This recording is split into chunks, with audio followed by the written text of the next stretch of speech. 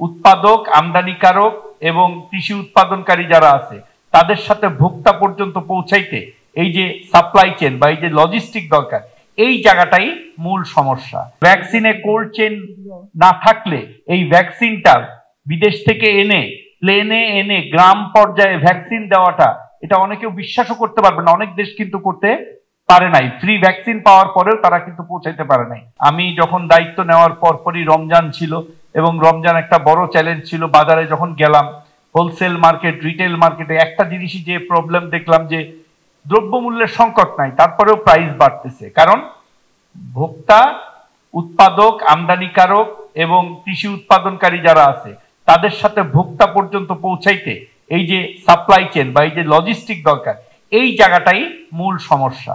এবং আমি মনে করি এটা পুরো সমস্যাটার সমাধান হবে যখন এই লজিস্টিক নীতিমালাটা শতভাগ বাস্তবায়ন হবে।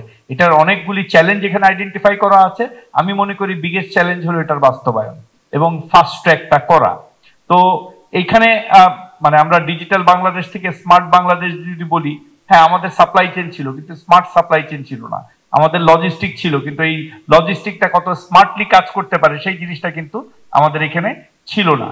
তো আমি মনে করি যে আপনি শুধু লজিস্টিক কিন্তু যে এই আমদানি রপ্তানি তা না, one of the biggest logistic required is health সেক্টরে। আমরা কোভিডের সময় দেখেছি যে ভ্যাকসিনে কোল্ড চেন না থাকলে এই ভ্যাকসিনটা বিদেশ থেকে এনে প্লেনে এনে গ্রাম পর্যায়ে ভ্যাকসিন দেওয়াটা, এটা অনেকেও বিশ্বাসও করতে পারবে না। অনেক দেশ কিন্তু করতে পারে নাই, ফ্রি ভ্যাকসিন পাওয়ার পরেও তারা কিন্তু পৌঁছাইতে পারে নাই।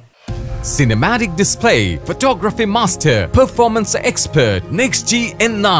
আমাদের this is a part of the cold chain in health sector.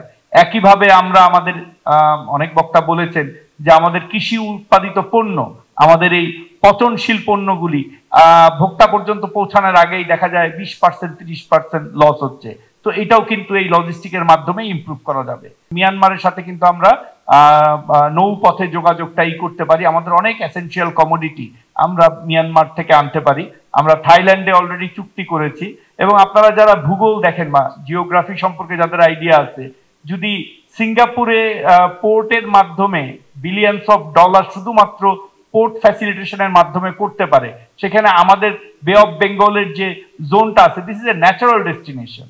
আমাদের এখান থেকে কিন্তু শুধুমাত্র আপনি খেয়াল করে দেখবেন যে সিঙ্গাপুর একটা দ্বীপ, ইন্দোনেশিয়া একটা দ্বীপের মধ্যে, মালয়েশিয়া এগুলো একেবারে দ্বীপের শেষ প্রান্তে। আর আমরা কিন্তু সাউথ এশিয়া এবং সাউথ ইস্ট এশিয়ার একটা সেন্ট্রাল পয়েন্টে, যেখান থেকে একদিকে আপনার ল্যান্ডলক 7 সিস্টার 7টা state including Myanmar and Nepal and Bhutan, আবার এইদিকে আপনি আসিয়ান ক্রস করে পুরো আসিয়ান মার্কেটটা কিন্তু আপনি অ্যাক্সেস পাবেন। সো ইটস অল পসিবল যদি আমরা সঠিকভাবে এটা বাস্তবায়ন করতে পারি। আর যেহেতু বাণিজ্য মন্ত্রণালয়ের মানে লোকাল এবং ইন্টারন্যাশনাল আমদানি রপ্তানি বাণিজ্যটা আমরা ফ্যাসিলিটেট করে থাকি, ট্রেড ফ্যাসিলিটেশনে এই জায়গাটায় আমার মনে হয় যে আমরা অনেক ভূমিকা রাখতে পারবো এবং অনেক কিছু লিডারশিপে আমরা নিতে পারবো যদি আমরা বাকি যারা অংশীদারজন আছে তারা যদি আমাদেরকে একটু সাপোর্ট করে।